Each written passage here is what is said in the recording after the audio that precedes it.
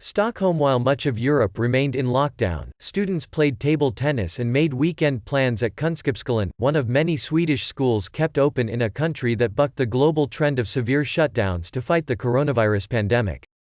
Sweden's decision to keep schools and businesses open through the crisis has been criticized by some. But as new COVID-19 cases and deaths show tentative signs of stabilizing in the hard-hit capital Stockholm, officials and members of the public are sizing up the economic and health benefits of avoiding severe restrictions on movement. At Kunskapsskolan, southwest of Stockholm's city centre, life goes on much as usual. Some of the students at the special needs school suffer from attention deficit disorders while others live in troubled home environments. Principal Lisa Norming said it was vital for her students' health to be able to come to school. "It means a huge deal," she said. "It's about structure and daily routines. They need to feel well." Swedish authorities have resisted calls to close schools, stressing the need for all measures to be sustainable over time. They have also warned of severe negative effects of a heavy-handed approach, both to the economy and people's health.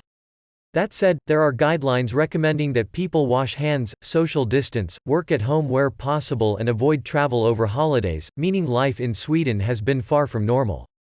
"We are not telling people to stay indoors. I think that's a very important part of our policy," said Johan Carlsson, head of Sweden's public health agency. "On the contrary, people should go out, exercise, get fresh air. It's good for their physical and mental health." Sweden's strategy is based on voluntary measures to slow the coronavirus outbreak enough to help hospitals cope rather than stop it in its tracks. So far, there are empty beds at intensive care units.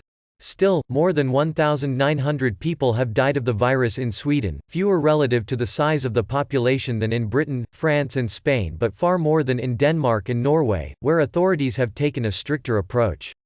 The disparity with its Nordic neighbors has prompted fierce criticism from some Swedish scientists. Other countries are scrutinizing its approach as they seek to open shuttered societies and suffering economies. A report from Statistics Norway estimated that it cost the country, with roughly half the population of Sweden, 1.7 billion Norwegian crowns ($160 million) per day just to keep schools shut. Costs include parents missing work to tend to children as well as decreased future productivity based on missed education. "It's of course important for growth, for companies and for people," Annika Winst, chief economist at regional bank Nordea said, calling Sweden's decision to remain open brave. "It's much easier to do the same as everyone else and lock down, but that has lots of costs." Despite avoiding lockdown, Sweden's export-dependent economy has been hit hard and unemployment is seen rising.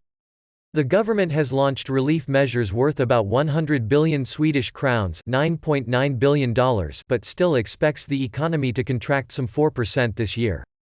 At Lisbeth Jansson, a fruit and vegetable store situated in a food court and market hall in central Stockholm, owner Lukas Wojarski has seen a significant drop in customers, but still has enough to keep the business running.